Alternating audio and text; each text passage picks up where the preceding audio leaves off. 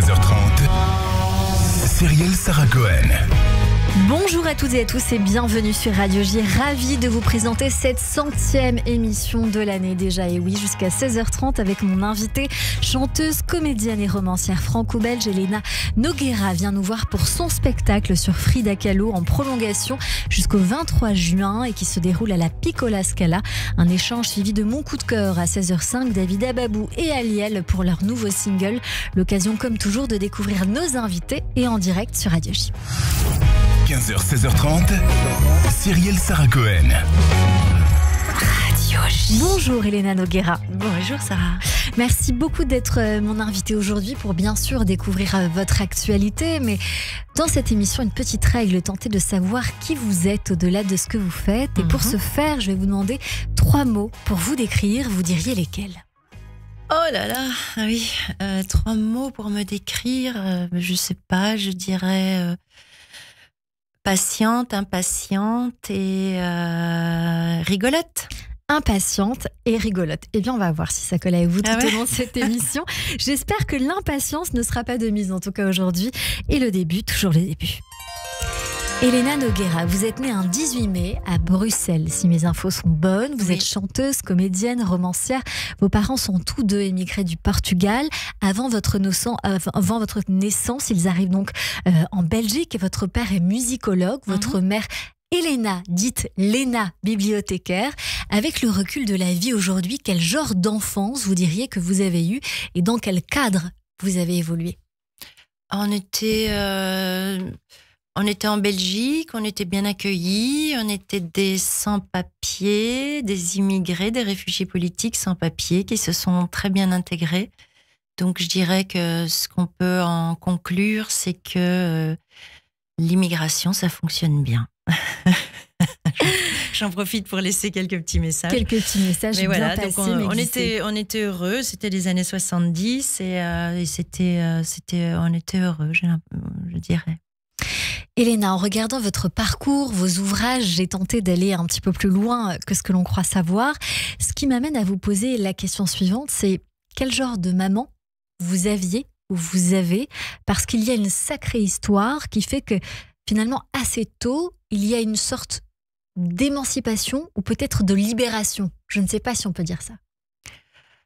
C'était une maman très fantaisiste, très joyeuse, rigolote. Et effectivement, à l'époque, on la voyait beaucoup s'occuper de la maison et les rôles étaient distribués ainsi. Et puis un jour, elle a décidé qu'on était grande et qu'on pouvait se débrouiller. Et puis, elle en a parlé à mon père et mon père a trouvé ça tout à fait logique. C'est pas qu'il était contre, c'est qu'en fait, on n'y pensait pas particulièrement. Donc, quand elle a demandé à partager un petit peu plus les tâches, mon papa en a convenu, a dit mais oui, mais bien sûr, mais pourquoi n'y avons-nous pas pensé plus tôt ? Donc voilà, les choses se sont rééquilibrées et donc j'ai vu 2 parents partager les tâches ménagères qui étaient jusque-là réservées aux femmes bien souvent. Je vous demande cette question parce que au départ, votre maman, elle est mariée. Et elle décide de écoutez, quitter. Je suis très angoissée. Je sais qu'on est en direct, mais je pensais qu'on allait parler de pièces et je ne veux pas parler de mon intimité. De votre intimité, non, je comprends parfaitement. Je voulais aussi vous amener là, et je vous explique pourquoi, parce qu'il y a une certaine liberté dans vos œuvres, dans vos ouvrages aussi, notamment L'ennemi est à l'intérieur, aux éditions de Noël, qui parle d'une double quelque part. Vous avez le prénom de votre maman, c'est ce qui m'a amené à vous poser cette question-là, et je me suis mise à table, qui parle d'une femme qui a mangé sa mère. Et donc, c'est ce qui m'a amené à en arriver là pour savoir qu'est-ce qu'il y avait de vous dans ces ouvrages, dans votre art. Mais en fait, il ne faut pas tellement chercher de ce que nous mettons de nous, en fait, parce que moi, j'ai l'impression, chemin faisant, qu'un artiste se nourrit de beaucoup de choses, de son vécu, de choses qu'il a lues, de films qu'il a aimés, d'amis qui racontent des choses. Et en fait, ce qui est intéressant à savoir, ce n'est pas de quoi parle l'artiste, mais de qu'est-ce qu'on peut y entendre. Donc, quand on lit, à quoi ça peut nous raccorder. Moi, ce que j'aime dans la lecture, quand je lis, ce n'est pas tant de savoir si l'auteur se raconte et qu'est-ce qui est vrai de ce que je lis, c'est ce que ça me à quel point ça me renseigne sur moi, sur notre condition humaine, sur la politique, sur l'altérité, sur ce que sont les autres gens, sur ça m'a rendue meilleure, ça m'a rendue plus tolérante, ça m'a appris des choses politiques, historiques. Donc c'est qu'est-ce que moi, lectrice, je retire et qu'est-ce que j'apprends. Après, moi, dans les choses, ça n'est pas tellement intéressant. Et d'ailleurs, vous voyez bien où on en est et où vont... Les artistes s'étalent et dégueulent leur propre vie intime et je ne suis pas de celle-là.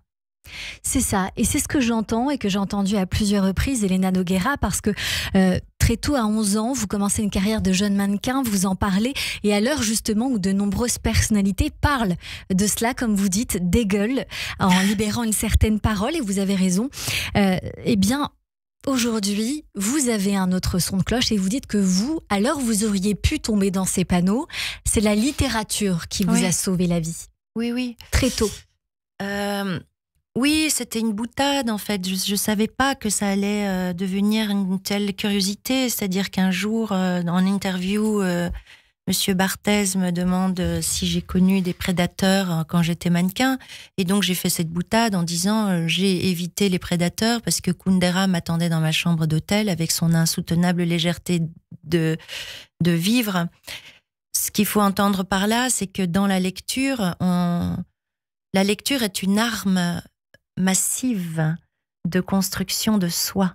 C'est-à-dire que dans la lecture, on comprend comment on peut échapper au piège, on comprend l'être humain, on comprend comment il évolue, on peut le deviner, on peut deviner ses stratégies, ses stratagèmes.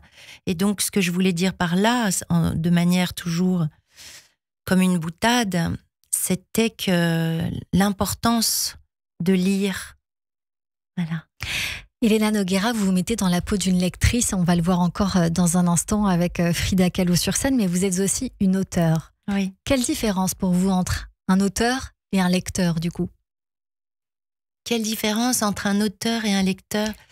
L'auteur, il est, en tout cas, dans les points communs, il y a la solitude, donc on écrit de manière solitaire et souvent on lit de manière solitaire, sauf si on lit à voix haute, comme je le fais là au théâtre. Qu'est-ce qu'il y aura ? Il y aura la création. Peut-être quand on écrit, on crée quelque chose. On pense au lecteur alors que le lecteur doit penser au personnage ou à lui-même. C'est difficile, hein, votre question. Elle est intéressante. Il faudra que j'y réfléchisse. Elle est intéressante parce qu'elle fait écho avec ce qu'on se disait en ce début d'émission. Mais dans la continuité de votre carrière, Elena Nogueira, vous avez quitté l'école à 15 ans. Vous l'avez dit, la littérature vous éduque très vite.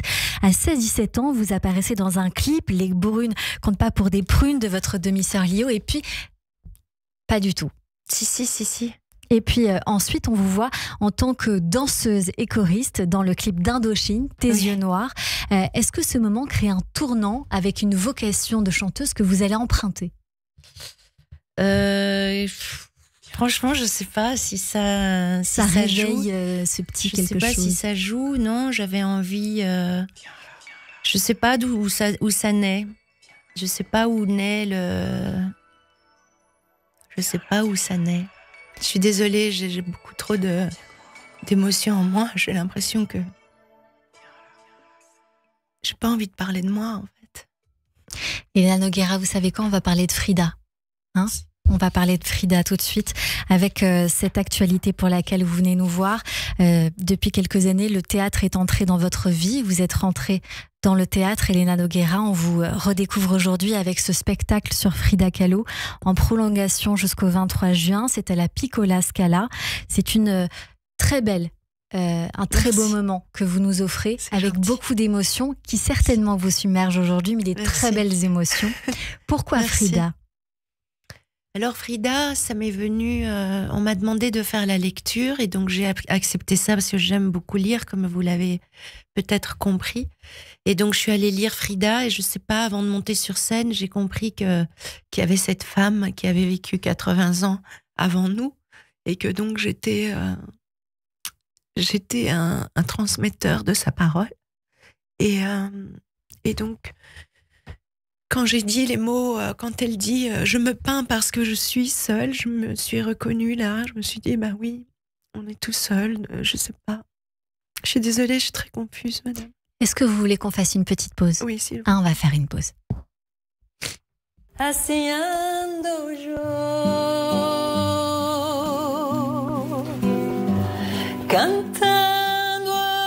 Je ne veux plus être née le 6 juillet 1907, mais en 1910 avec la Révolution.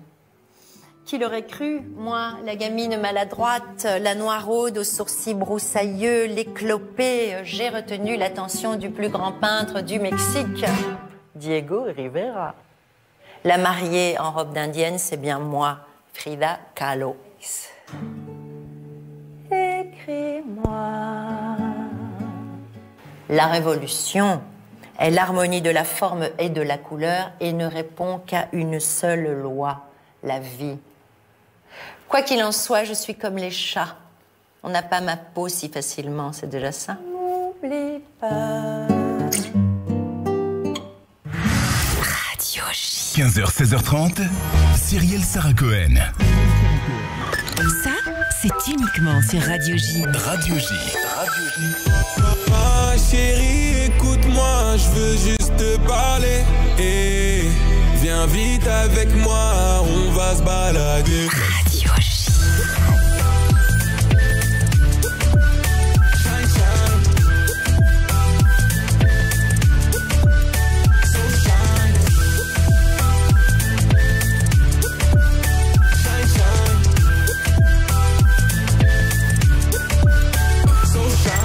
Vous écoutez Radio J.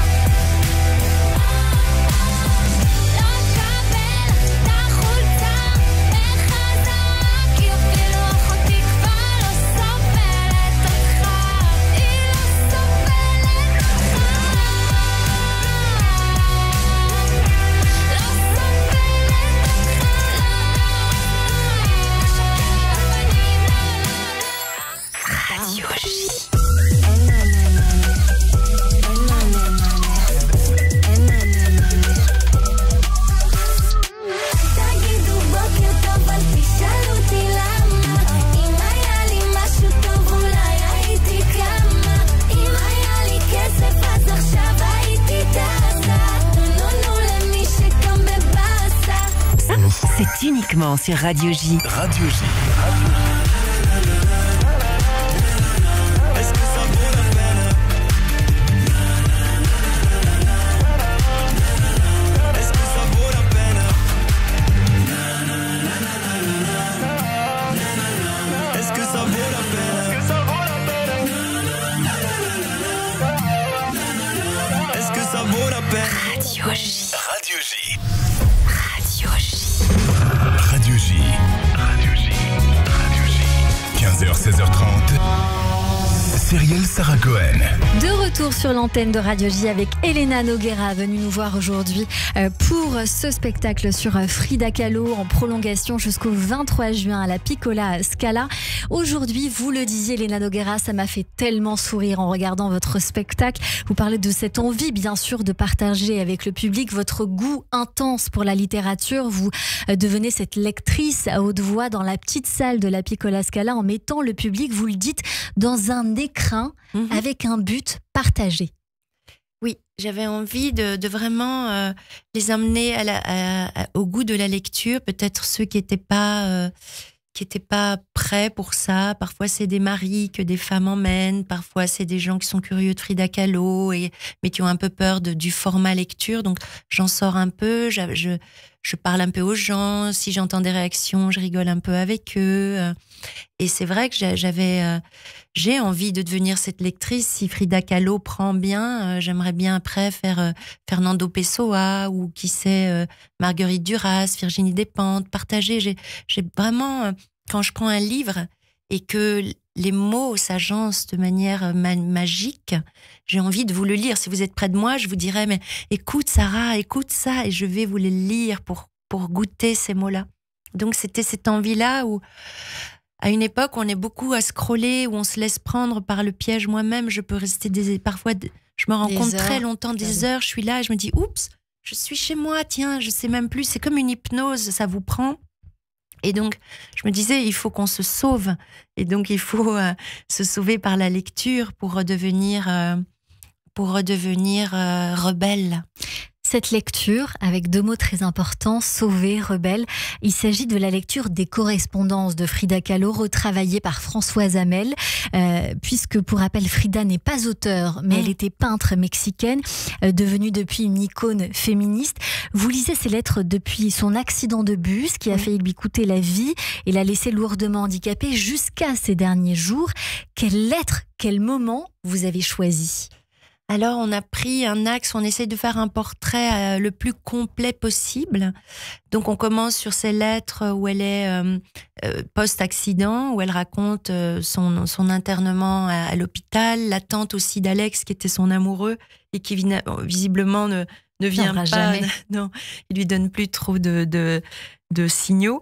Et donc, elle va se relever. Après, il y a aussi l'amoureuse que je trouvais jolie parce qu'elle est très folle de cet homme, Diego Rivera, qui était peintre très célèbre et qui a 21 ans de plus qu'elle quand elle le rencontre. Et elle est très impressionnée par lui. Lui, il est très impressionné par elle et par sa peinture. Donc, ils vont se marier, mais il est volage. Il va lui faire des choses horribles. Il va sortir avec sa sœur, à elle. Et donc, elle va d'abord s'accabler, mais elle rebondit toujours. Elle a toujours cette force. Donc, vous me demandiez juste avant que l'émotion me submerge, ce que j'aimais chez elle, mais c'est aussi ça le point commun, je pense, entre elle et moi, bien qu'elle ait une vie bien plus tragique, mais c'est que chercher le bonheur à tout prix, c'est-à-dire que quand le malheur arrive, de ne pas s'y baigner, d'essayer de trouver l'élan pour trouver la beauté des choses et aller vers la beauté de cette vie si fugace. C'est ça, et la lumière aussi, parce que on voit que malgré les différends et les différences avec l'homme qu'elle aime, elle va rester finalement jusqu'au bout, elle va s'accrocher malgré la complexité de la vie. Elle va parler aussi à son médecin, elle va parler de son communisme, elle va parler de beaucoup de choses, beaucoup de sujets. C'est des échanges faits de souffrance, de joie de vivre aussi, de difficulté à aimer, mais aussi de passion et pour tout, pour la peinture, d'engagement politique sans concession. Et elle dit une phrase que nous avons entendue tout à l'heure. Quoi qu'il en soit, je suis comme les chats, on n'a pas ma peau si facilement, c'est déjà ça. Est-ce que cette phrase, c'est aussi vous, Elena, ne jamais faillir? En fait, elle me ressemble bien jusqu'à quelque temps. Je croyais que j'étais ça. Je suis une guerrière et on n'a pas ma peau facilement, sauf si on s'en prend à mes proches. Elena Noguera, il y a aussi cette phrase dont vous avez parlé tout à l'heure, c'est « je peins parce que je suis seule ». Vous vous êtes intéressée à Frida au départ parce que c'était une commande, comme on dit. Oui. On vous fait une proposition, vous dites oui, et puis finalement la proposition nous dépasse parce que bien le succès est là. C'est ça, et puis il y a des petits éléments déclencheurs. Il y avait un ami rugbyman à Biarritz quand on a fait la lecture et je l'ai invité et il m'a dit je viens, mais bon c'est pas trop mon truc, mais je viens avec ma copine, ça va lui plaire.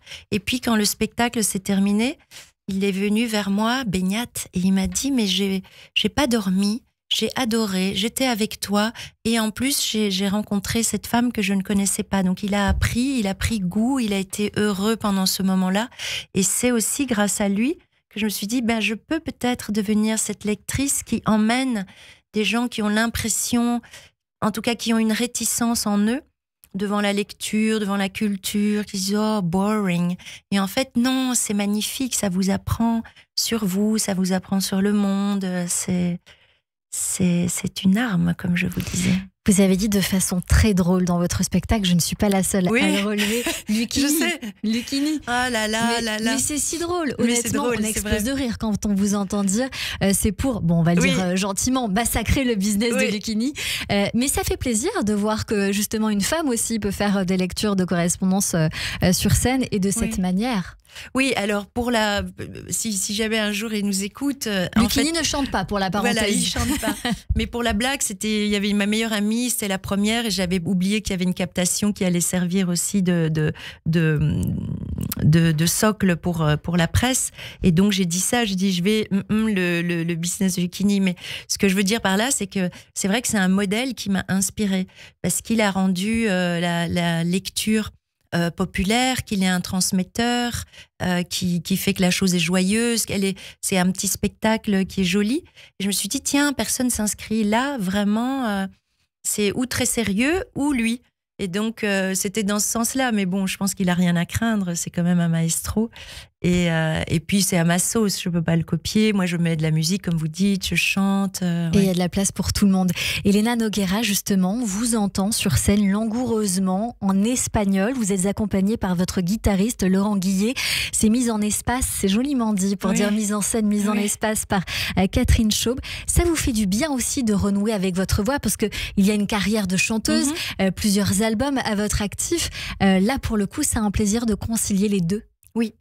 Oui, je peux pas me passer de la musique, mais je vois bien que dans l'industrie du disque, j'ai moins ma place parce que d'abord elle a changé, parce que moi j'ai vieilli et que quand on vieillit, à un moment, vous verrez bien, ceux qui nous écoutent et qui ont déjà plus de 50 ans, ils vont comprendre ce que je dis. Vous et les plus jeunes vont se dire, oh, encore une plus âgée qui parle, mais quand ça viendra, vous comprendrez. Mais à 50 ans, vous avez vraiment la conscience que le monde a changé et que votre monde n'est plus le même. Alors, musical. Le monde change tout le temps et chaque génération, on entend toujours c'était mieux avant, mais en fait, ce qu'on veut dire par là, c'est pas tellement qu'on est des réactionnaires, c'est qu'en fait, c'est notre monde à nous qui s'est modifié et on ne le reconnaît pas. Et notre confort à nous, effectivement, il est dans ce qu'on connaissait. Et comme on vieillit, on sort un peu du game, autre chose arrive qui ne met pas en danger ceux qui sont en train de le vivre, puisque c'est leur réalité. Mais nous, là-dedans, il faut qu'on trouve d'autres places. Donc moi, dans l'industrie musicale, ça n'est pas une plainte, c'est là où je veux en venir. C'est que quand je dis ça, c'est un constat et ça n'est pas douloureux. C'est comme les Indiens, les Amérindiens sous le tipi. Eh bien, à 50 ans, on va plus chasser le bison. Donc moi, je vais plus chasser le bison. Je fais des lectures, vous voyez ? Et vous avez saisi choses. Ma boutade. Et d'autres choses, voilà. Parce qu'on va parler d'autres lectures, on va parler aussi de comédie, parce que vous êtes à la télévision dès demain et on continue à en parler. Vous restez avec nous avec cette émission, bien sûr, avec Elena Noguera pour son spectacle sur Frida Kahlo jusqu'au 23 juin à la Piccola Scala, le dimanche à 19h30, le lundi à 19h. Dans un instant également, nos chroniqueurs nous rejoignent pour les goûts culturels de notre invité, mais tout de suite, c'est le rappel des titres sur Radio J.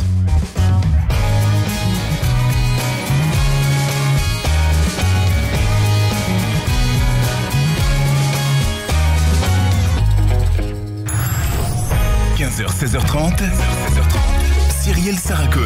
Radio J.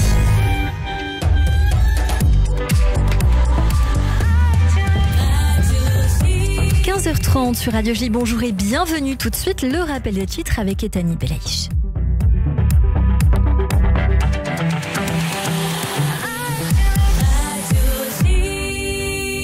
Bonjour Etanit. Bonjour Cyrielle, bonjour à tous. L'État hébreu annonce officiellement cesser de travailler avec l'UNRWA, l'agence de l'ONU pour les réfugiés palestiniens. Principale raison avancée, l'organisation contribuerait à perpétuer le conflit israélo-palestinien. Un projet de résolution pour un cessez-le-feu immédiat à Gaza, projet non contraignant présenté par plusieurs pays arabes, doit être voté aujourd'hui à l'ONU. Le Premier ministre israélien appelle les Américains à apposer leur veto, sinon quoi ? Il prévoit d'annuler l'envoi d'une délégation à Washington pour parler de l'offensive à Rafah, ville la plus au sud de la bande de Gaza. Ce groupe, l'État islamique au Khorasan, a plusieurs fois tenté de toucher le sol français. À peine arrivé en Guyane, le président Emmanuel Macron a commenté la décision de relever le plan Vigipirate à son plus haut niveau, décision prise après l'attaque terroriste commise dans la banlieue de Moscou. De son côté, le chef du gouvernement, Gabriel Attal, a révélé que 2 attentats avaient été déjoués sur le sol français depuis le début de l'année. Près de 130 lycées et collèges ont été visés depuis la semaine dernière par des menaces d'attentats et des actes malveillants via les espaces numériques de travail en Île-de-France, dans les Hauts-de-France, mais aussi dans la région du Grand Est. D'après le ministère de l'Éducation, la sécurité dans ces établissements doit aujourd'hui être renforcée. Enfin, les avocats du rappeur français Booba annoncent déposer plainte contre Magali Berda pour diffamation et non-respect de la présomption d'innocence.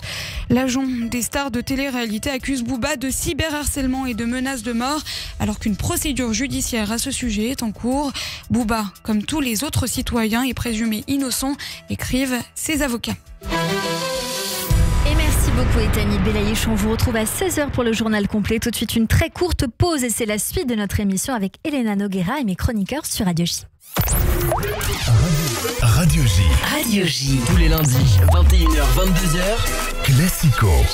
Salut, c'est Steve Nadja. Retrouvez-moi ce soir à 21h pour Classico, l'émission foot de Radio J. Daniel Riolo, Julien Cazard, Jimmy Algerino, Pascal Olmeta, Grégory Schneider. Ils sont déjà venus à Classico. On vous y attend. Soyez prêts. Coup d'envoi ce soir, 21h sur Radio J. Radio J. Une paire pour le sport? Non, plutôt une solaire à ma vue. Oh, mais celle-là aussi, elle irait tellement bien avec ma nouvelle robe. Oh. Pas toujours simple de choisir ses lunettes. Chez Optical Center, vous avez aussi le choix de ne pas choisir. Grâce à l'offre unique, bénéficiez de moins 40% sur votre première paire, plus une paire offerte à votre vue, même de grandes marques. Retrouvez nos magasins sur opticalcenter.com. Offre valable du 1er janvier au 31 juillet 2024. Dispositifs médicaux, conditions en magasin. Radio J. Vous écoutez Radio J à Paris sur 94.8 en DAB+, et sur notre appli Radio J. Radio J. Radio J. Radio J. Radio J. Radio J. 15h, 16h30. Cyrielle Sarah Cohen.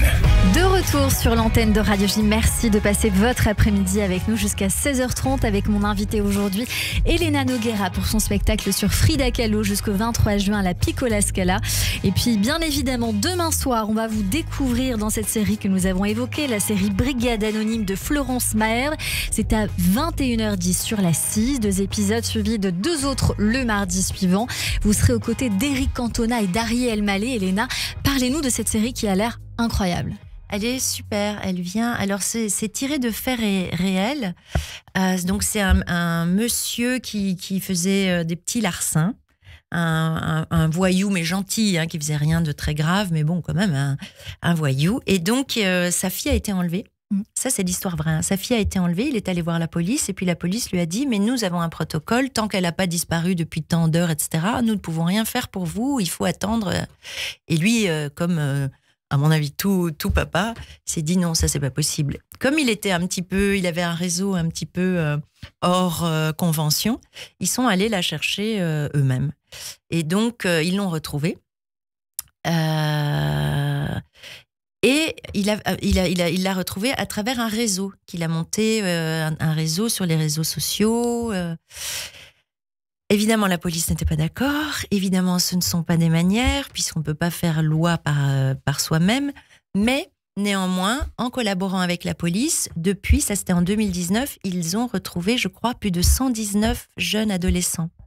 Donc, tiré de cette histoire-là, voilà l'histoire que va incarner Éric Cantona, va incarner ce monsieur-là qui est un voyou et qui donc va retrouver de jeunes adolescents enlevés, disparus, etc. Et moi, je serai la police qui n'est pas d'accord. On écoute la voix. Je fais partie de ceux qu'on croise tous les jours. Longtemps, j'ai cru qu'on pouvait compter que sur soi. Alors quand les pouvoirs publics ne peuvent plus rien, je fais appel aux gens comme moi, ce qu'on appelle les anonymes. Mon nom est Castaneda. Et je vais vous raconter mon histoire. Voilà, le teaser est assez foudroyant, comme on dit, avec Éric Cantona. On est vraiment tout de suite immergé dans l'histoire. La série, elle est basée, vous l'avez dit, Elena, sur l'histoire réelle de Béor, un habitant de Seine-Saint-Denis qui donc a remué ciel et terre en 2019 pour retrouver sa fille de 14 ans qui venait de disparaître. Et c'est avec l'aide de ses amis, des réseaux sociaux, qu'il a pu le faire en quelques jours. On va pas tout dire, on va laisser le mystère, bien évidemment, pour les auditeurs et les spectateurs. Et depuis, donc, il y a ce collectif sportif monté, Les Disparus Anonymes. Il y a eu un livre également sorti aux éditions Michel Lafon, Alerte Disparition. Et Harry El-Maleh, qui joue dans la série À vos côtés, il est flic ou il est du côté de Eric Cantona? Pour le coup, je ne sais pas. Lui, il est dans la bande Cantona. Dans la ils bande sont Cantona. 3, il y a Marilyn Lima et puis moi, je vais m'infiltrer. Ça, c'est bien. J'ai le droit de le on a dire parce très que envie ça de le vient savoir. très vite. Ça vient très vite. Peut-être j'aurais pas dû le dire. Non, c'est bien dit, c'est bien dit. On sera encore plus curieux de voir ce qui se passe. Harry El-Maleh a dit une phrase. Il a dit, certes, on est à la recherche d'enfants, mais c'est aussi une histoire de solidarité entre bénévoles qui ne sont pas des flics et qui ont leur propre vie à côté. Le moteur, c'est l'entraide. Oui, c'est ça. Le moteur, c'est l'entraide, la solidarité, l'écoute. Il y a aussi Myriam Boyer qui est là, qui est très douce. Ouais, c'est ça, vous avez dit le mot juste. Solidarité, entraide. Une première saison donc a démarré demain et la semaine prochaine. Une deuxième saison qui serait a priori en cours de préparation. Ouais. On devrait tourner peut-être à la rentrée. Voilà, c'est lancé en tout cas. À découvrir dès demain, 21h10 sur M6. Tout de suite dans cette partie d'émission, on va passer à la rubrique qui est la culture que vous aimez ou qui pourrait bien vous plaire, Elena Nogueira. Et tout de suite, c'est la chronique Flashback avec Kevin Derblum. Radio J. 15h, 16h30, Cyrielle Sarah Cohen. Bonjour Kevin. Bonjour Cyrielle et bonjour Elena Nogueira, ravi de vous rencontrer. Je me souviens, on était en 96, j'avais 11 ans et j'écoutais Latitude dans la Clio de ma maman en allant à l'école. et oui, vous chantiez tous les parfums et toutes les couleurs ne suffiront pas à combler mon cœur. Et là, avec l'arrivée du printemps, je peux vous dire qu'avec les allergies, je vous confirme que ça ne comble pas mon cœur. Voilà, on a assez parlé de moi, je pense. Et donc on va s'intéresser à vos goûts artistiques et musicaux du moment. Sans transition, donc on commence en musique avec une chanson de l'album Casa de Sakamoto. Ah oui. Je vous propose donc d'écouter Imagina, extrait de l'album Casa du trio Sakamoto Morellenbaum.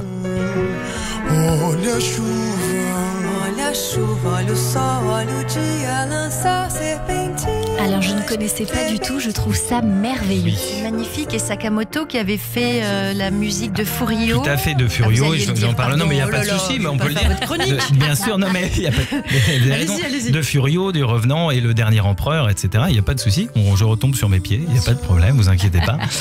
L'album donc est né de la rencontre de 3 artistes adorateurs de la bossa nova, le violoncelliste et arrangeur Jacques Morellenbaum et sa femme Paula au chant et le pianiste japonais Ryushi Sakamoto.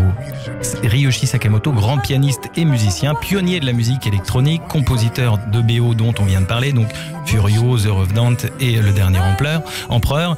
3 ans après leur rencontre, Sakamoto et les Morellenbaum passent par Rio et visitent la maison d'Antonio Carlos Jobim. Pour resituer un peu brièvement à nos auditeurs qui était Jobim, il est connu sous le nom de Carlos Jobim en France ou Tom Jobim en portugais. Il est considéré comme l'un des grands représentants de la musique brésilienne et père de la bossa nova. Enfin bref, on va plutôt écouter Carlos Jobim et c'était ça Carlos Jobim. Oh mais oui. Oh là là, vous avez tout dit. Merveilleux. Et oui, Girls from Ipanema ou Garota de Ipanema, plus connue sous son titre anglais, donc Girls from Ipanema, la fille d'Ipanema, est l'un des titres les plus emblématiques de la bossa nova. Flashback. Nous sommes en 2001, le trio Sakamoto Morellenbaum enregistre l'album Casa, un hommage à Jobim enregistré sur le piano et dans la maison de Carlos Jobim à Rio de Janeiro. Si Sakamoto a attendu longtemps pour exprimer sa passion pour la bossa nova, c'est avant tout par respect et timidité, déclarait le musicien. De fait, il connaît la musique de Jobim depuis l'âge de 11 ans. J'ai entendu The Girl from Ipanema à la radio. Cela sonnait différemment de Bach, Mozart, Beethoven et des Beatles ou des Stones. À quoi se résumait alors ma culture pop ? Je me suis mis à acheter tous ces disques. La suite, on la connaît. Sakamoto et son trio sortiront l'album Casa. Comme je le disais, s'en suivront pour Sakamoto et le couple Morellenbaum un album live in Tokyo et un second album A Day in New York. Hasard incroyable du calendrier, cette semaine, on est pratiquement jour pour jour, nous sommes à la date anniversaire de la mort de Sakamoto, qui est décédé donc là le 28 mars 2023 à l'âge de 71 ans des suites d'un cancer. Il laisse derrière lui une œuvre considérable, généreuse et influente. Et qu'on aime énormément, évidemment, très connu. On poursuit en musique avec un autre artiste que vous aimez particulièrement, Elena Noguera. Oui, Elena Noguera, vous nous avez confié aimer les Nocturnes de Chopin, ainsi qu'un autre artiste qui a lui aussi composé les Nocturnes, dont il disait qu'elles étaient, je cite, une autre expression de lui. Je veux parler de Erik Satie. On écoute un extrait des Gymnopédies de Satie, la numéro 1. C'est tellement... Ah ben là, ça met tout le monde d'accord. Hein. Oui. Ah oui, du coup, forcément, c'est dans ma playlist aussi et j'ai passé mon trajet dans le métro à écouter Satie. Donc merci Elena Noguera. Merci à vous. Erik Satie est un personnage singulier du XXe siècle, un immense compositeur et pianiste d'avant-garde. Il est considéré comme iconoclaste, excentrique et anticonformiste. Satie est l'un des compositeurs les plus écoutés dans le monde. Satie est connu notamment pour les Gymnopédies, donc on écoute un extrait actuellement, une série de 3 variantes de valses lentes impressionnistes pour piano solo, composée à l'âge de 22 ans.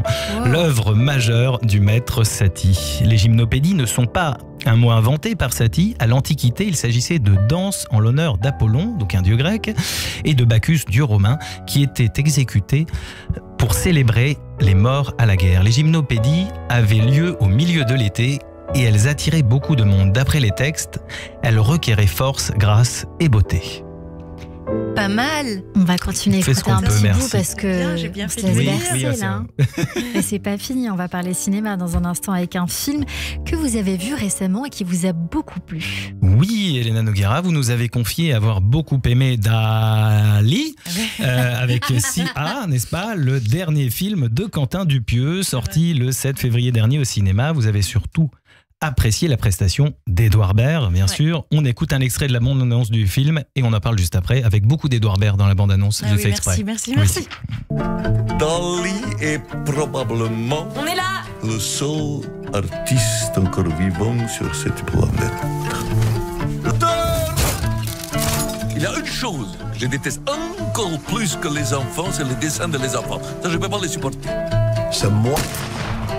C'est inadmissible. Pablo! Voilà! Monsieur Dali, s'il vous plaît! Une journaliste française interprétée par Anaïs Desmoustiers rencontre Salvador Dali à plusieurs reprises pour un projet de documentaire. Dali le disait lui-même, sa personnalité était probablement son plus grand chef-d'œuvre. Mon film raconte modestement cela, nous dit le réalisateur. Dali est tout sauf un biopic de Salvador Dali. Le sujet du film étant l'impossibilité justement de raconter l'artiste. 5 comédiens prêtent leur trait à l'artiste espagnol, Jonathan Cohen, Pio Marmaille, Gilles Lelouch, Didier Flamand et Edouard Baird. Mais à l'origine, il devait y avoir encore plus d'interprètes.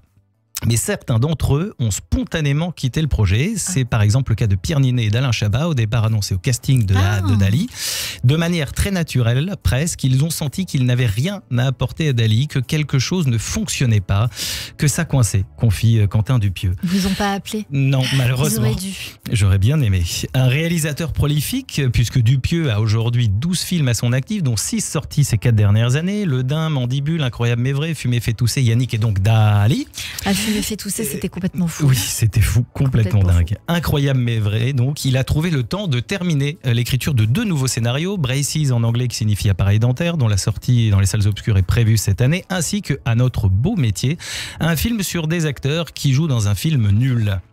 Pour conclure sur Quentin Dupieux, ça va sûrement vous parler, Elena Noguera, vous qui aviez évoqué votre goût du lit, je cite, et le fait que votre lit était aussi votre bureau. Eh bien, le réalisateur du film Dali nous prouve que pour se mettre au travail, il n'est pas compliqué de faire sortir Quentin Dupieux. Et je fais partie aussi de cette école. Travailler du lit, c'est pas mal aussi. On va terminer par la lecture avec un livre que vous venez de lire, Elena Noguera, et qui s'intitule... Eh bien oui, c'est L'inconnu du portrait de Camille de Peretti. Effectivement, son 9e roman, un roman qui lui a été inspiré par l'histoire incroyable du tableau Portrait d'une dame de Klimt. Alors d'abord les faits, Portrait d'une dame est une œuvre du grand artiste autrichien Gustav Klimt, achetée par un collectionneur au début du XXe siècle. Le musée d'art moderne Ricci Audi, à Plaisance en Italie, finit par l'acquérir. Il y coule des jours tranquilles sous le regard fasciné du public, puis en 1997, coup de tonnerre, le tableau est volé, puis retrouvé 22 ans plus tard dans le jardin de ce même musée, une affaire incompréhensible et du pain béni bien sûr pour Camille de Peretti qui envoie en cette affaire un formidable sujet de roman.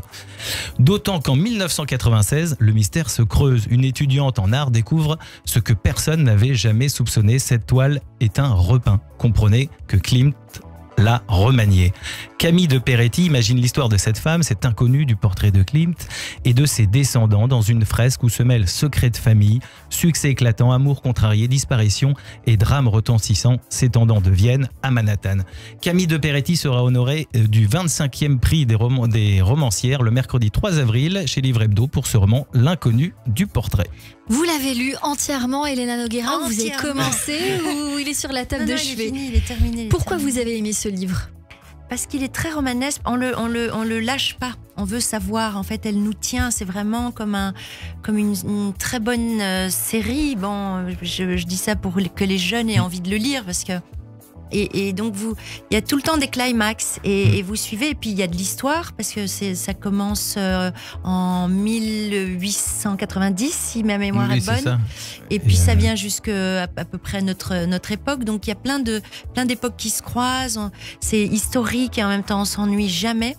Franchement, je l'ai dévoré. Et comme vous disiez, elle maintient le suspense. C'est ça qui est. Il y a un suspense. Voilà, elle maintient le suspense. Il y a un suspense parce que c'est très très bien. Mais vraiment, c'est bien ficelé. C'est très bien ficelé. Ouais. C'est assez amusant que vous aimez ce livre-là qui part au départ d'une peinture. Il faut le dire parce qu'aujourd'hui, quand vous êtes sur scène, vous parlez, il y a de la peinture puisque forcément c'est Callot et puis c'est décliné en écrit avec une correspondance. Donc il y a un petit parallèle à faire. Et on peut le dire pour Satie également. Et Satie également. Et c'est ça. Voilà. Merci beaucoup, cher Kevin Derbout. Merci à vous. À grand très plaisir. vite pour découvrir les goûts culturels de nos invités sur Radio J. Radio J. 15h, 16h30, Cyrielle Sarah Cohen. Et on poursuit cette émission sur l'antenne de Radio J avec une citation que vous aimerez sans doute. Oscar Wilde l'a dit, parfois nous pouvons passer des années sans vivre du tout et tout à coup, notre vie entière, elle est concentrée dans un seul instant. Essayons, si vous le voulez bien, Elena, de faire ça maintenant avec 10 questions. Vous répondez ce que vous voulez sur la douce musique de Jérémy Ababou. Elena Noguera, si vous aviez la possibilité de reprendre votre vie depuis le tout début, est-ce que vous changeriez quelque chose? Et si oui, quoi? J'ai une idée, mais je ne vais pas la dire. Non, je ne changerai rien. On garde pour nous. Je suis très bien, Quel conseil vous donneriez à un enfant pour réussir sa vie?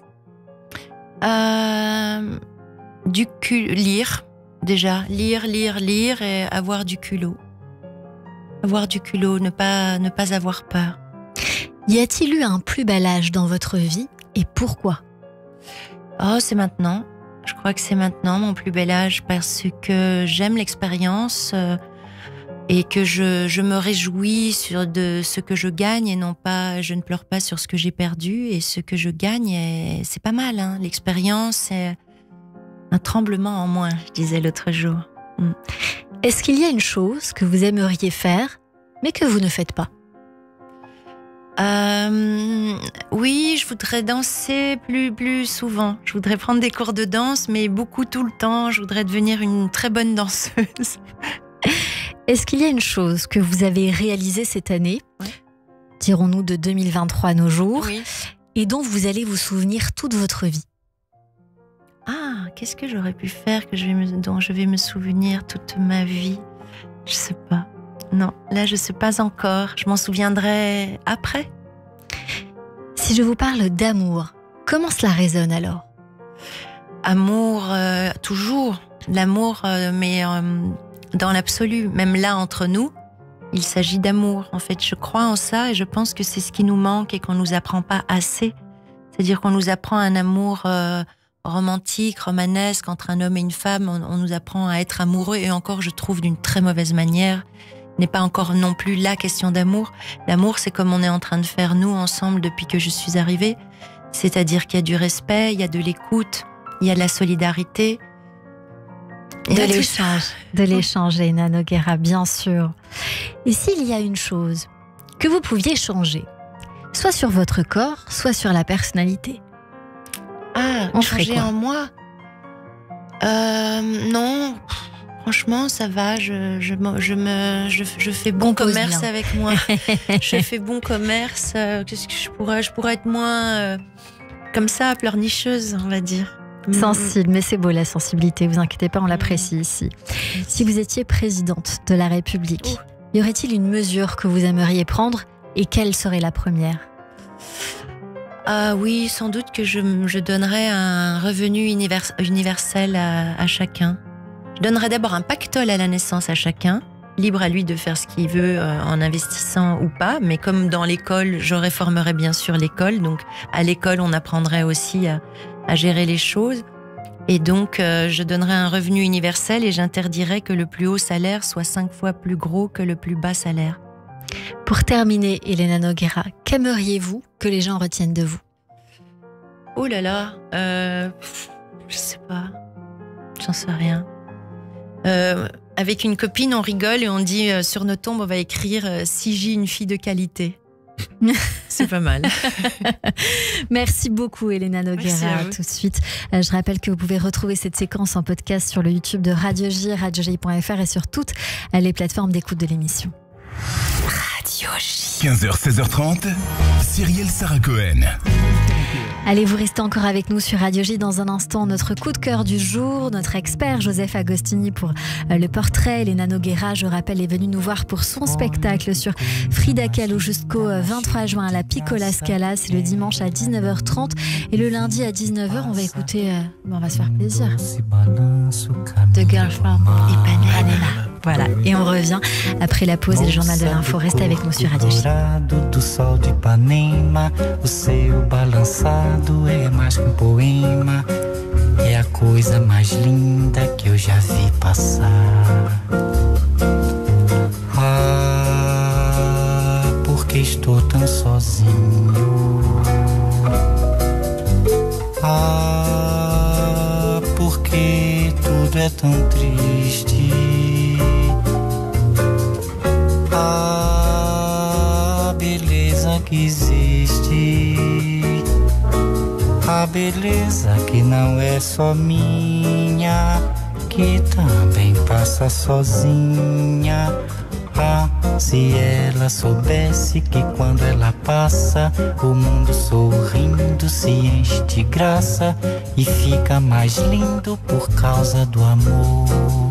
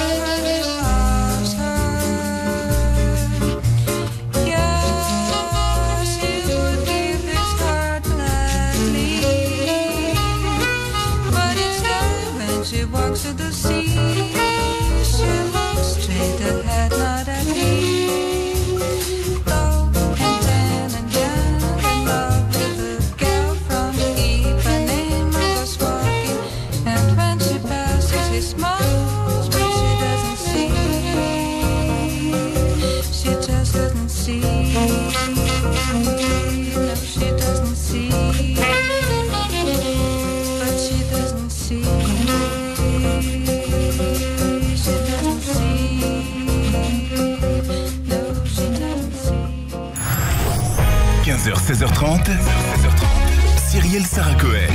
Radio J. Radio J. Le 6-9, Ilana Ferradian. Tous les matins, à 7h45 sur Radio J, Christophe Barbier. Je vous retrouve tous les matins dans le 6-9 d'Ilana Ferradian avec un invité politique chaque jour. C'est le Barbier du matin. C'est tous les jours, à 7h45 sur Radio J. Ça, c'est uniquement sur Radio J. Radio J.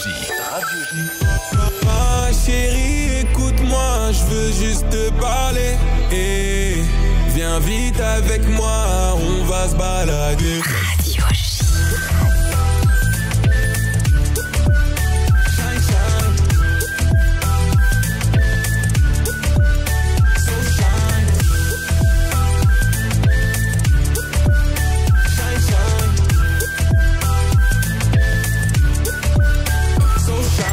Vous écoutez Radio J.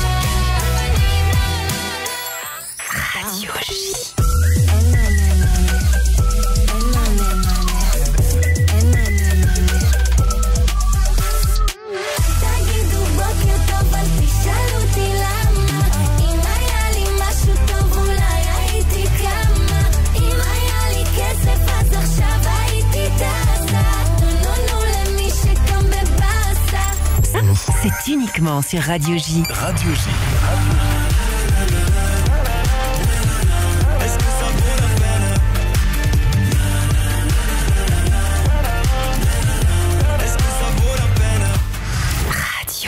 Radio J. 15h, 16h30, Cyrielle Sarah Cohen.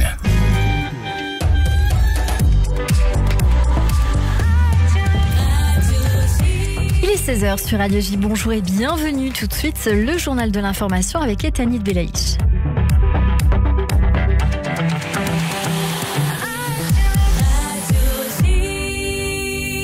Bonjour Etanit. Bonjour Cyrielle, bonjour à tous. Au 171e jour de guerre en Israël, le Conseil de sécurité des Nations Unies a pour la première fois adopté un projet de résolution appelant à un cessez-le-feu immédiat dans la bande de Gaza.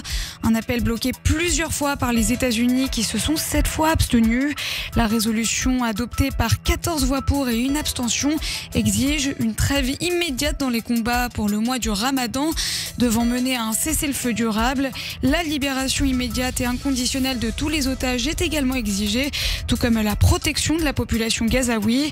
Les États-Unis ont donc voté en faveur, se sont abstenus au sujet de ce texte, malgré la menace du Premier ministre israélien de ne pas envoyer de délégation israélienne à Washington pour parler de la guerre à Gaza et notamment de l'offensive à venir à Rafah si la résolution était adoptée.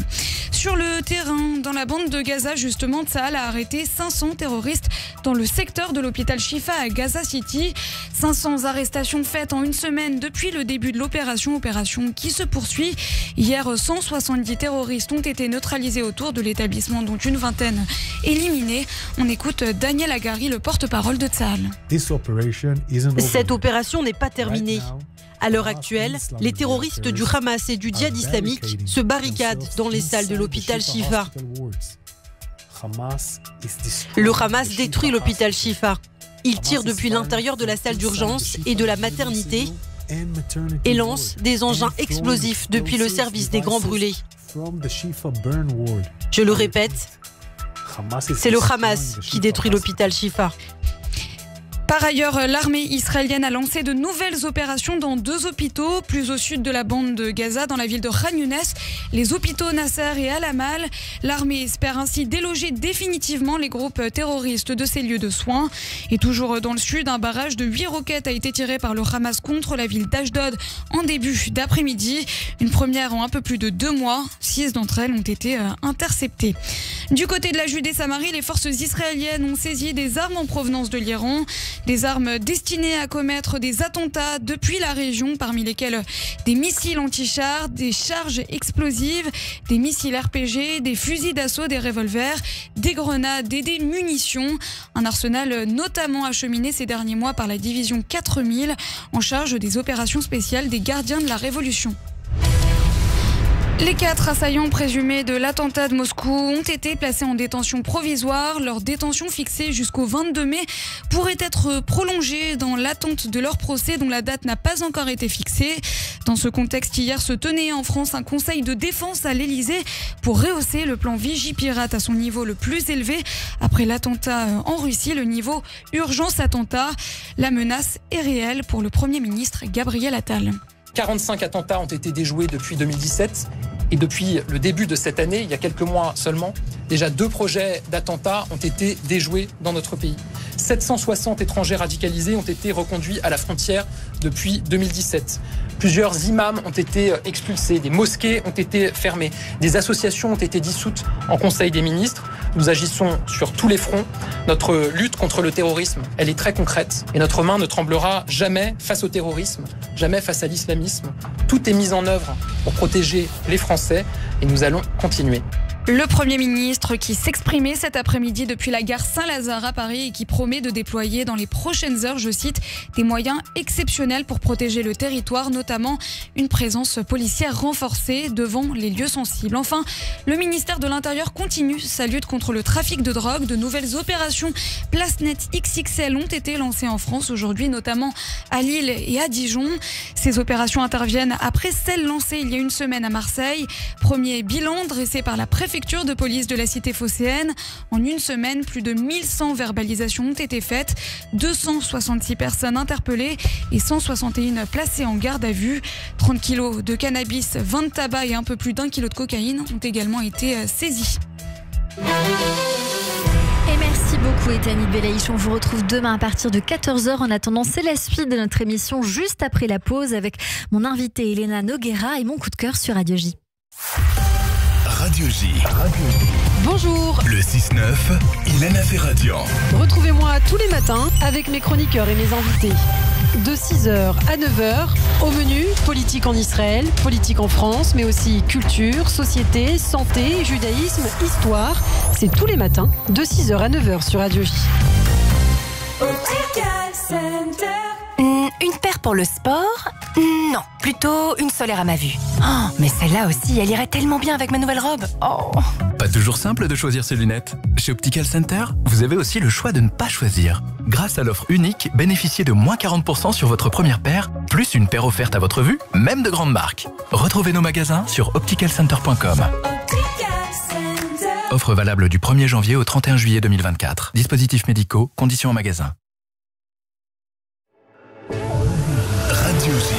Vous écoutez Radio J à Paris sur 94.8 en DAB+, et sur notre appli Radio J. Radio J. Radio J. Radio J. Radio J. Radio J. 15h, 16h30. Cyrielle Sarah Cohen. De retour sur l'antenne de Radio J, merci beaucoup de nous rejoindre. Si vous venez d'arriver, merci beaucoup d'être avec nous, avec notre invitée aujourd'hui, Elena Noguera, pour son spectacle sur Frida Kahlo. Je le rappelle, jusqu'au 23 juin à la Piccola Scala, le dimanche à 19h30 et le lundi à 19h. Tout de suite, on découvre ensemble le coup de cœur sur Radio J. Radio J. 15h, 16h30. Cyrielle Sarah Cohen. J'ai même envie de dire 2 coups de cœur aujourd'hui sur l'antenne de Radio J avec vous, David Ababou et Aliel. Bonjour à tous les deux. Je suis très heureuse de vous avoir en face de moi. Ça fait un petit moment que j'ai envie de vous avoir. Je voulais faire même la dernière émission de l'année avec vous pour finir en beauté. Et je suis ravie que ce soit aujourd'hui avec vous. Vous venez de sortir un single ensemble, Bohi Beshalom, qui cartonne. On l'a vu. Et je vais te dire pourquoi. Parce que vous avez chanté à une soirée FSJU. Et je sais que c'était le carton, le feu. C'est vrai. Alors, Aliel, on vous connaît Yes. pour avoir participé à The Voice. Aussi. Notamment, voilà, j'ai envie de dire, dans la communauté aussi. David, c'est la même chose. La dernière fois qu'on s'est vu, c'était pour un single avec Enrico. Bravo, avec Enrico ici même. Enrico ici même, vous aviez joué tous les deux et vous étiez, vous nous aviez fait un petit duo en live. Aujourd'hui, on va découvrir ce duo en live à tous les deux avec ce titre Bohi Beshalom. Et d'abord, j'ai envie de savoir comment vous êtes rencontrés, parce que je sais que c'est une amitié fraternelle presque. Je peux dire ça ? Oui. Largement, je pense qu'on peut le dire. On s'est rencontrés il y a, je pense, une dizaine d'années. Ouais, à peu près. On prend une radio. On prend la voix de Nikos à chaque fois. Ah, madame. Voilà, prendre après. Ouais, David, ça fait 10 ans qu'on se connaît. Je connais aussi très bien son frère Mendel. Mais on a tout de suite accroché. On est tous les deux complètement amoureux de musique et toujours dans le bon sens. On a accroché tout de suite et on s'aime, on se lâche pas. En fait, en message, on se texte pas, on s'envoie juste des liens. Alors, j'ai l'impression qu'il y a de ça, mais il y a aussi un secours que vous portez à Liel qui s'est fait pirater Instagram ces derniers jours. Et alors, il y a un relais intense. Qu'est-ce qui s'est passé ? Eh ben, je sais pas, je suis pas le pirateur. Je suis allé voir sur le compte du pirateur et il a tout changé. Hein. Ouais, apparemment, c'est ce que j'entends. Mais bon, comme je dis, c'est pas. Donc il y a un nouvel Instagram, c'est ça que je veux dire, juste sûr, voilà, pour le relais, pour donner cette information-là. J'ai très envie qu'on vous écoute en direct, guitare-voix pour le coup. J'ai le titre produit, mais on va démarrer en musique comme ça. Voilà, on voit ce que ça donne. Avec grand plaisir. Moi, je suis c'est une première en radio. Une première en radio. Ouais. La dernière fois que je l'ai faite, j'étais au téléphone. J'étais au téléphone, c'était un peu compliqué, donc ça va être la première en... Parce qu'il faut savoir, je pense que vous le savez, que j'ai 7 enfants, grâce à Dieu. Grâce à Dieu. Donc mon emploi du temps est très chargé, mais je suis très content d'être là. Ben, merci d'être avec nous en direct. Plaisir. C'est parti, David Ababou et Aliel sur Radio J. Ça sonne bien. Ça sonne bien.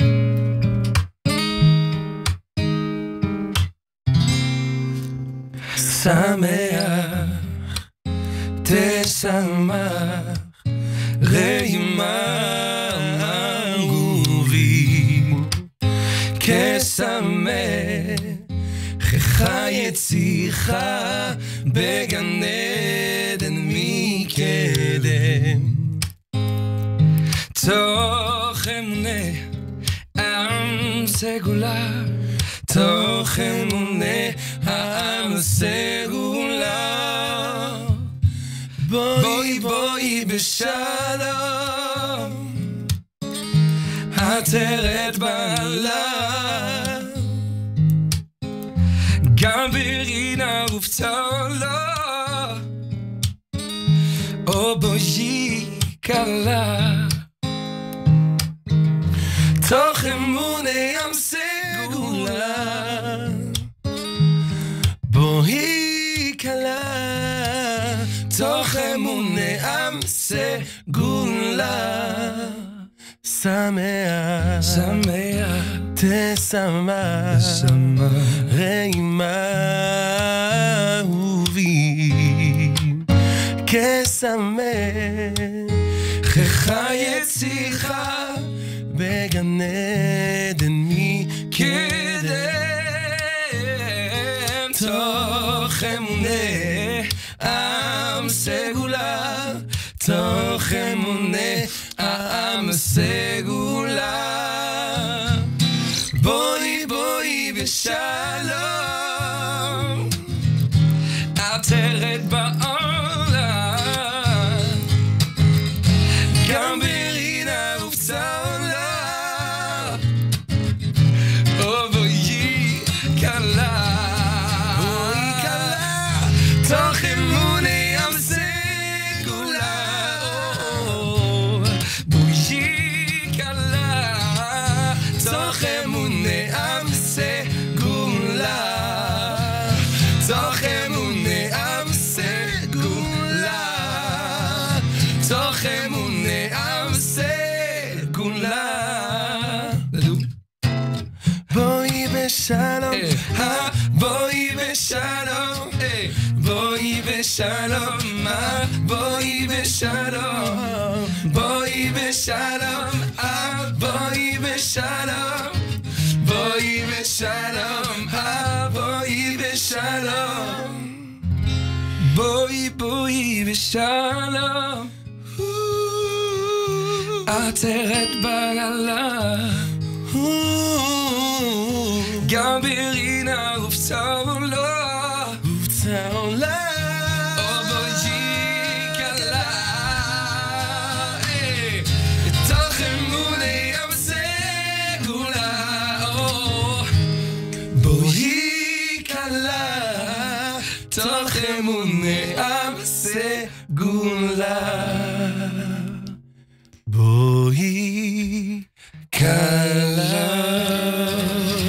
Quel beau cadeau en direct sur l'antenne de Radio J avec des chœurs en plus d'Elena Noguera en fond, les entendus. Merci. C'était vraiment extrêmement beau, c'est addictif, j'ai envie de dire la vérité, je l'écoute en boucle depuis que vous me l'avez envoyé, David, tous les jours, c'est en boucle, c'est vraiment sincère. Le titre est à retrouver sur YouTube, mais aussi sur les plateformes. Alors sur les plateformes, on a eu un petit souci, ça arrive cette semaine sur toutes les plateformes, donc connectez-vous cette semaine et ça sera de partout. Eh bien écoutez, on va rester très à l'écoute en attendant, c'est sur YouTube. Comment est né ce titre? Parce que... J'adore le raconter. Eh ben voilà. Ah, j'adore. Alors on y va. Comme je dis, Israël Aliel qui habite à Lyon et moi Paris, donc il vient très souvent sur Paris. À chaque fois qu'il vient à Paris, il dort à la maison. Donc on passe de minuit à 4h du matin avec la guitare. Et là on a dit viens on descend au parking, on essaie de faire une petite vidéo originale et on la poste sur Instagram. Je te laisse raconter la suite. Et voilà, faut savoir qu'il était déjà 3h du matin à ce moment-là. Donc déjà pour que je me lève c'était déjà ouf parce que moi tous les matins je me lève très très tôt à 6h du matin. Il m'a dit viens c'est pas grave, de toute façon la nuit elle est foutue. On y va, on descend dans le parking et il commence David à gratter parce que j'adore quand il joue, ça inspire tout de suite. Et on cherche, on se dit faut qu'on trouve une chanson, faut qu'on trouve quelque chose. Et au bout d'un moment il commence à jouer les accords de la chanson Flowers, exactement. Et quand on commence à dire les paroles Boï Béchalom, on trouve que ça tombait parfaitement. Nickel, ça tombait à chaque fois pile poil dedans. On s'est dit, bah allez, va. On a posté, on a dit si ça atteint les 100 000 vues en quelques heures, on l'enregistre en studio et on fait un clip. Et voici aujourd'hui. Bah pour le coup, la preuve en est, c'est que tout le monde vous l'a demandé, moi y compris, bien sûr. Je suis ravie de vous avoir en face de moi encore une fois, Aliel. Il y a une continuité musicale dans votre carrière, bien sûr. On l'a dit, on vous a vu dans The Voice. Il y a eu plusieurs singles, notamment Encore. Il y a eu Ce qui nous rend fous, stressés par les gens. Aujourd'hui, est-ce qu'il y a un tournant qui reste dans la communauté ou il y a quand même une envie aussi? Il y a, je pense que. Ouais. Non, pas du tout. Il y a un réel tournant, oui. Il y a un réel tournant. J'ai longtemps voulu me lancer dans cette carrière-là et je l'ai fait. Après The Voice, j'ai signé chez Warner, vous connaissez l'histoire. J'ai fait les Energy Music Awards, les télés avec Laurent Ruquier, Nikos, vraiment ça avait pris vraiment une très bonne ampleur. Et puis j'ai réalisé au fur et à mesure du temps que mon cœur il était plus porté vers la religion et j'ai décidé justement de mettre ce entre guillemets rêve là de côté pour me concentrer en fait du coup sur mon vrai rêve qui est de chanter avec mon cœur pour la communauté, pour la sainteté, la c'est ça le vrai rêve pour nous, et ça j'ai me fait envie de énormément dire, plaisir. c'est tout à fait sincère. Aujourd'hui, on vous entend dans beaucoup d'événements de la communauté, on vous entend notamment dans les roupotes, les mariages, etc. Est-ce que cette chanson, on vous l'a demandé plus d'une fois, l'entrée de la roupa ou... Ça y est. Ah bah super. C'est moi quoi aussi, ça y est? C'est vrai, on m'a demandé, là je chante au Brésil et on m'a demandé de la faire aussi dans une roupa. Et on a hâte parce qu'on l'a pas encore fait en live à une roupa et on a hâte de voir la réaction. Alors je vais des vous gens. dire ce que moi je voudrais, parce que je pense que les auditeurs ils disent à chaque fois j'aimerais un chœur gospel avec vous. Oui. Voilà, je pense que ça devrait se faire dans une sina, c'est-à-dire vous tous les deux en lead avec derrière un gospel. Je pense que ça pourrait frapper fort. Et éventuellement Mendel Wonder au piano. Obligé. Avec vous, parce que je sais qu'il y a des bœufs aussi qui s'organisent autour de Disney et autres compagnies tous ensemble. Je sais tout. Voilà, je vous mens pas, c'est que vraiment. Il y a Disney 2 qui va sortir. Ça fait 9 ans que je lui dis Disney 2 va sortir. Mendel, ça va sortir. Je voudrais aussi profiter de vous avoir tous les deux pour un clin d'œil à Daniel Lévy. Je sais que c'était très très fort pour vous. Et éventuellement, peut-être vous demander un petit truc à la guitare si le cœur en est. Comment te dire non? Parce que je sais que. Lonely, vas-y. Ah bah oui. La plus belle. Attends, mais personnellement, c'est ma préférée. Un peu plus haut. T'es sûr? Attention, parce que là, On peut vous ramener du miel.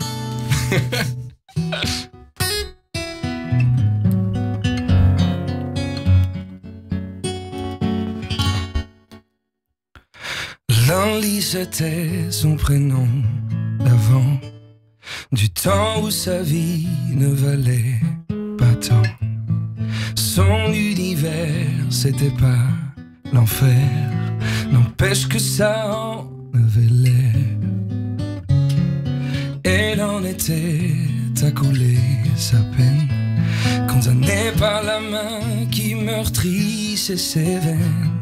J'ai vu en elle comme dans un miroir, je voulais pas qu'elle vive la même histoire. Lonely, ta place n'est plus ici. Viens, je t'emmène loin, lonely. Je veux faire de demain ton chemin. Viens, viens, viens, lonely. Ta place n'est plus ici. Faut que tu comprennes bien que même au paradis, l'artificiel ne vaut rien. Est-ce que vous allez nous préparer un album? Voilà, c'est ce qu'on attend, un album prochainement, peut-être ensemble? Oh là là, tu sais quoi, on en parlait en plus, on a dit on fait un versus, mais fudge religieux quoi, tu sais, un truc comme Vita Slimane, mais en hébreu et tout. Et on en parle, c'est marrant, on en parle, ce serait une très très bonne idée. Ouais. Le truc c'est que moi je pars habiter aux États-Unis dans quelques Donc il faut le faire vite. Quelques mois. Donc il faut le faire vite.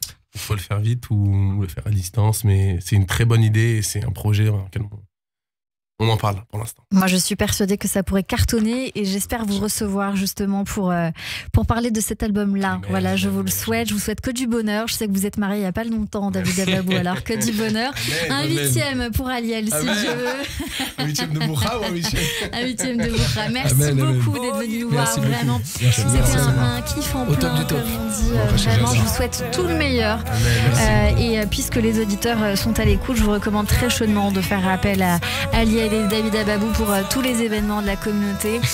J'hésiterai pas à emprunter le téléphone si jamais. Amen. Merci beaucoup. Merci beaucoup. Elena, je crois que ça vous a plu.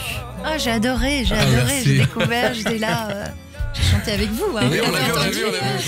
Boï Béchalem, Elena Noguera, je suis ravie, merci beaucoup. Allez, tout de suite, c'est la suite de cette émission, c'est le portrait sur Radio J. Bravo.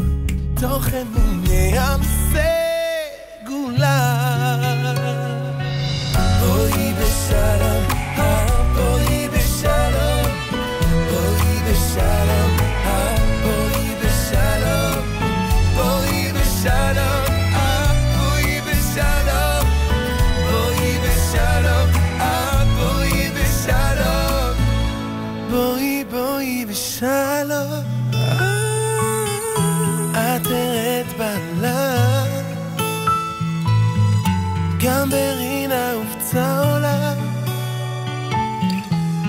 בואי קלה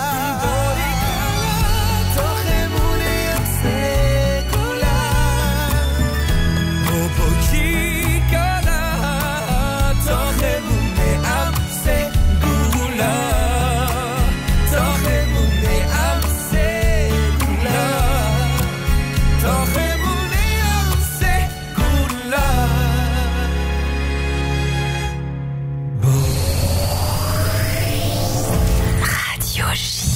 Radio J. Le portrait psychologique. Chère Elena, pour terminer cette émission, eh bien, on ne vous a pas oublié, puisque tout de suite, on va débriefer en quelque sorte ces minutes, ces moments passés ensemble avec Joseph Agostini. Bonjour Joseph. Bonjour Elena. Ça va? Ça va? Ça va bien. Et vous? Ça va.